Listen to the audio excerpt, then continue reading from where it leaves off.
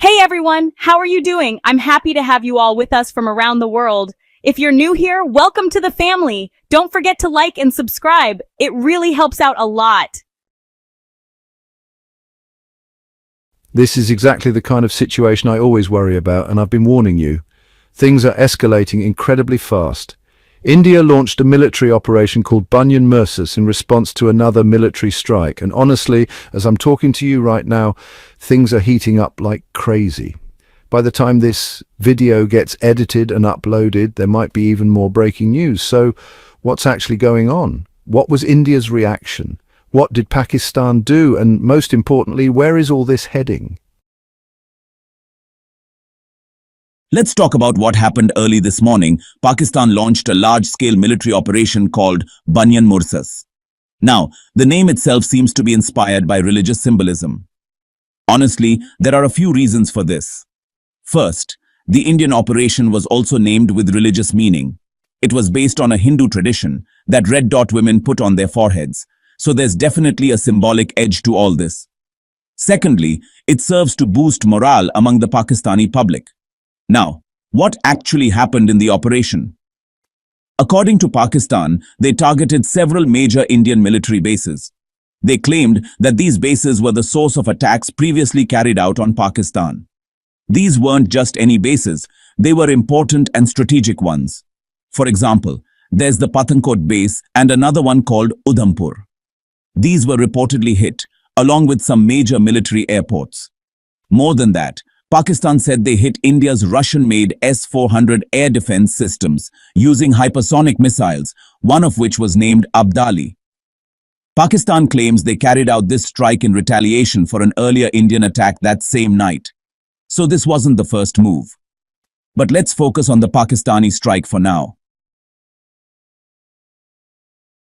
What's more, Pakistan didn't stop at just physical attacks. According to reports, they also launched a massive cyber attack. Apparently, 70% of India's power grid went down. Government websites were hacked, official portals shut down, and even the ruling party's main site, Bharatiya Janata Party, or BJP, was taken offline. And that's not all. Pakistan also reportedly interfered with India's satellites, jamming their signals, especially military-related ones. They even claimed to have hacked systems related to the Indian Army and the Ministry of Defense. This morning, Pakistan also tested a ballistic missile. Now, normally these kinds of tests are scheduled well in advance. But today's launch wasn't on the books. It looks more like a deliberate escalation. Now, here's the really heavy part. Pakistan's nuclear committee reportedly met today. So far, there's been no official word on what decisions were made, but the fact they met says a lot. This is serious national security stuff. How did India respond? India flat out denied everything. They said none of their bases were hit, the S-400 wasn't damaged, and that Pakistan is just spreading lies and making stuff up to distract their own people and cover up for terrorist elements. According to India, it's all just propaganda and psychological warfare. But here's the twist. India did strike back. They hit several Pakistani sites, including a base called Nur Khan and another called Nawar Valley. These are pretty close to Pakistan's military operations center. Basically, India was sending a message. We can hit your command center if we want to. They also claimed to strike Murid Airbase, Pakistan's biggest drone base, and another one called Rafi. Not sure why it's called that. Maybe it means something. Maybe not. And the battle didn't stop there. Today we also saw drone warfare ramp up massively. Witnesses are reporting that Pakistani drones struck Indian bases in Indian-controlled Kashmir. In total, 26 drone strikes hit sites inside India. Things have clearly escalated beyond the usual targeting suspected militant camps. Now it's open warfare. India isn't just claiming to go after terrorist groups anymore. They're openly striking military sites. So yeah, this situation is getting more dangerous by the hour. Eyewitnesses everywhere are reporting strikes and destruction in areas hit by both sides, along with major humanitarian crises unfolding.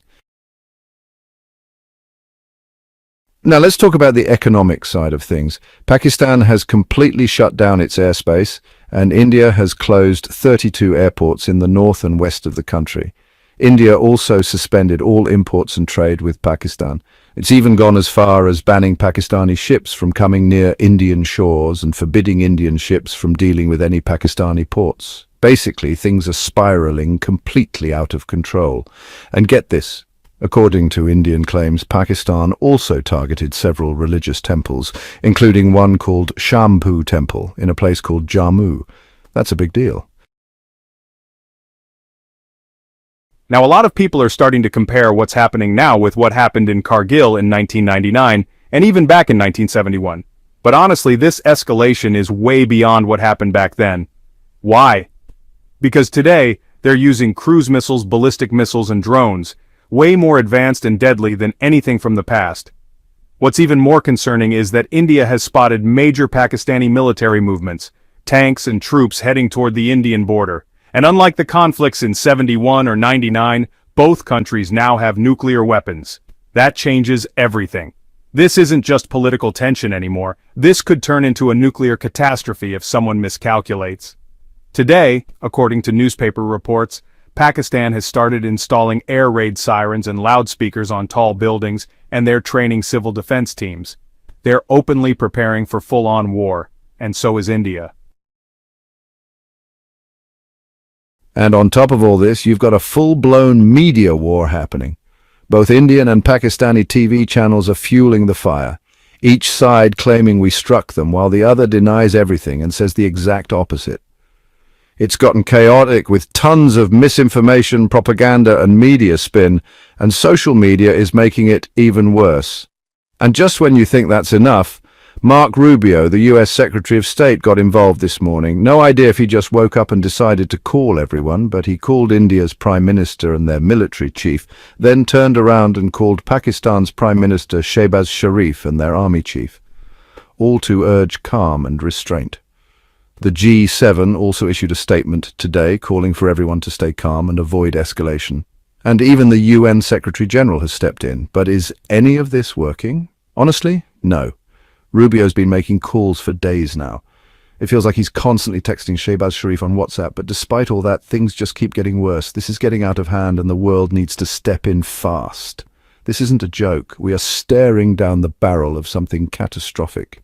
You don't understand the consequences of nuclear strikes. If even one goes off, even if you're somewhere like Agadir in Morocco, you'll feel the impact. No country is ready to deal with the fallout from that. We are in a situation more dangerous than anything we've seen before. That's the latest and most important update.